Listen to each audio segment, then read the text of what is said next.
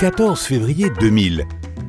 Une Saint-Valentin normale, des fleurs et des bonbons, la fin de l'ancien millénaire et une journée qui allait marquer l'histoire. La navette spatiale Near Shoemaker, qui signifie Near Earth Asteroid Rendezvous, lancée en 1996, a finalement obtenu son rendez-vous avec l'astéroïde 433 Eros. Il s'agissait de contourner Eros et d'effectuer le premier atterrissage en douceur sur un astéroïde. Near a failli ne pas y arriver parce qu'un raté de ses moteurs l'a placé sur une mauvaise trajectoire et il a manqué sa cible.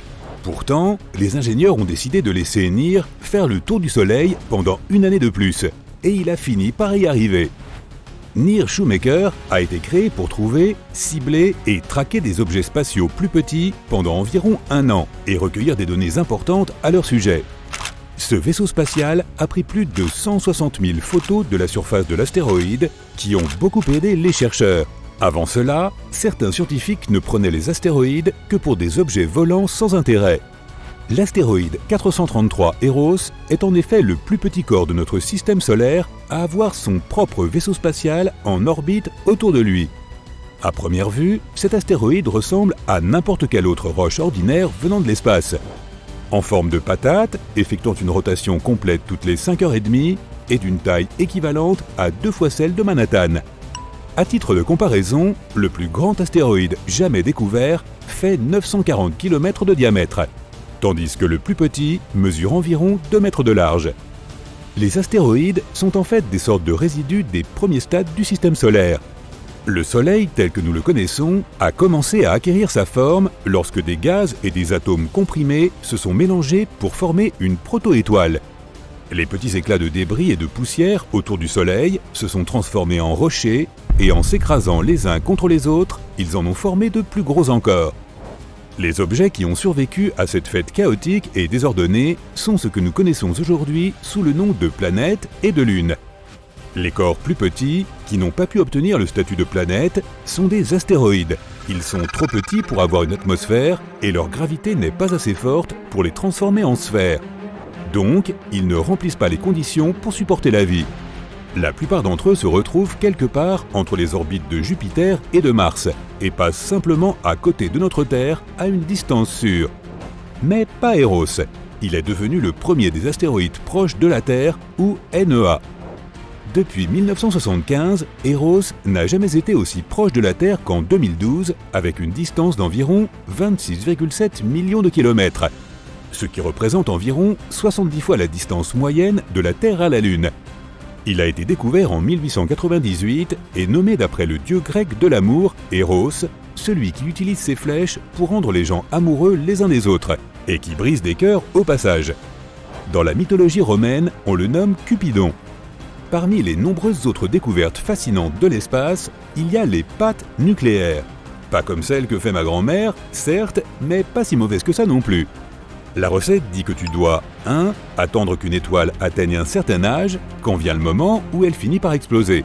Là, déjà, il faut être patient parce que ça peut prendre environ 1 milliard d'années. 2. Après l'explosion, recueillir les neutrons restants et les remuer jusqu'à obtenir un ragoût extrêmement dense. Ajouter un peu de gravité et, dernière étape, ne pas oublier de faire cuire le tout à 600 000 degrés Celsius. Les pâtes nucléaires sont sans aucun doute l'un des plats les plus bizarres du menu de l'univers, mais aussi potentiellement la matière la plus solide qui existe. Il faudrait une force 10 milliards de fois plus importante pour briser une assiette de pâtes nucléaires que pour casser de l'acier. Les scientifiques pensent que cette substance est aussi solide parce qu'elle est incroyablement dense. Imagine un peu, 1,3 million de terre pressée et réduite à la taille de Toronto. Oumuamua est le premier visiteur de notre système solaire, ce que les scientifiques attendaient depuis des décennies.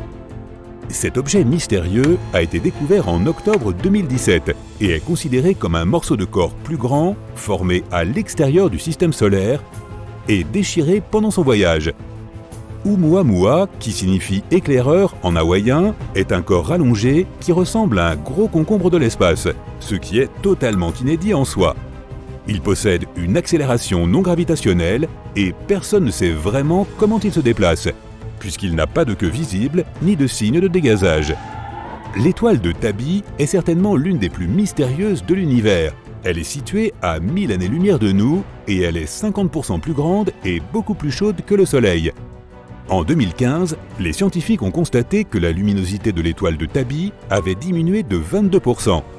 De gros nuages de poussière pourraient en être la cause, mais cette étoile est trop vieille pour avoir une chose pareille. On ne sait toujours pas ce qui pourrait être à l'origine de cette diminution massive de la luminosité. Les nébuleuses sont d'énormes nuages de poussière, de gaz et de plasma qui ne cessent de nous réserver des surprises. Ils peuvent changer et prendre presque toutes les formes. Un œuf au plat, une tête de l'espace, une bague en diamant. La nébuleuse du Carré Rouge est l'un des objets spatiaux les plus fascinants. Il n'y a pas d'explication quant à son origine et sa provenance. C'est juste une boîte rougeoyante et presque parfaitement symétrique au milieu de nulle part. À environ 210 années-lumière de la Terre se trouve la constellation de la Lyre. C'est là que se trouve le système Kepler-37. Kepler-37b est la plus petite étoile de cette constellation. Avec moins d'un tiers de la masse de la Terre, elle est juste un peu plus grande que la Lune. Les scientifiques pensent que c'est une planète rocheuse, dépourvue d'air, semblable à Mercure. Dirigeons-nous vers Sagittaire B2, l'un des plus grands nuages moléculaires de poussière et de gaz de notre galaxie. Il est situé à environ 25 années-lumière de la Terre et près du centre de la Voie lactée. Des recherches ont montré qu'il contient plus de 50 molécules différentes, et l'une d'entre elles est une substance sucrée qui a un goût similaire à celui des framboises. Prépare la pâte brisée.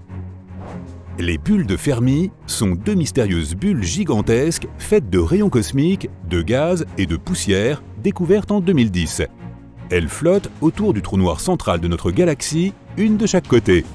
Les bulles se sont développées en dessous et au-dessus de notre galaxie au fil du temps, et elles ont maintenant environ 50 000 années-lumière de diamètre. Personne ne sait comment elles sont arrivées là, mais une théorie affirme qu'elles sont liées aux mêmes trous noirs qui se sont produits il y a environ 6 millions d'années. Gliese 436b est l'une des planètes les plus étranges qui existent. Elle est extrêmement chaude et pourtant faite de glace. C'est une planète de la taille de Neptune qui a besoin d'un peu plus de 2 jours pour terminer une orbite complète autour de son étoile mère. On suppose que sa surface a une température qui peut atteindre 450 degrés Celsius. Mais la glace ne fond jamais car cette planète a une énorme gravité. Les trous noirs ne sont pas toujours supermassifs. IGR se trouve dans la constellation du Scorpion et n'est que 3 à 10 fois plus massif que le Soleil, ce qui en fait probablement le plus petit trou noir découvert à ce jour. NGC 3842, en revanche, est plus conforme à ce que l'on imagine quand on évoque un trou noir. Il se trouve dans une autre galaxie et est environ 2500 fois plus dense et plus massif que le trou noir au centre de la Voie lactée. Ah, Vénus, la planète des superlatifs, la plus proche de la Terre, celle qui a la surface la plus chaude, la plus brillante vue depuis notre planète en raison de ses nuages réfléchissants, et enfin celle qui a le plus grand nombre de volcans par rapport à toute autre planète de notre système solaire. Il s'agit aussi du corps qui tourne le plus lentement dans notre univers. Il faut 243 jours terrestres à Vénus pour faire une seule rotation. Cette planète est si lente que tu pourrais même en faire le tour avant qu'elle ne le fasse elle-même. Vénus tourne dans le sens inverse à celui de la Terre. C'est pourquoi le Soleil s'y couche à l'est et s'y lève à l'ouest. 55 Cancri E fait environ 2 fois la taille de la Terre, avec des températures allant jusqu'à 2700 degrés Celsius, des conditions parfaites pour transformer le carbone en diamant. Oui, un tiers de cette planète est recouvert de carbone, ce qui fait de ce corps céleste l'un des plus chers de l'univers. Les scientifiques qui observent les changements spatiaux en Antarctique voient des neutrinos au moins une fois par mois. Pourtant, celui qui a frappé notre planète en 2017 était vraiment spécial. C'était le premier dont ils ont pu retracer les origines. Ils ont découvert qu'il a fallu 4 milliards d'années pour que ce neutrino atteigne la Terre. Il est arrivé sur notre planète depuis un énorme trou noir situé au centre d'une galaxie qui détruisait toute la matière qui l'entourait. Effectivement, il valait mieux déménager.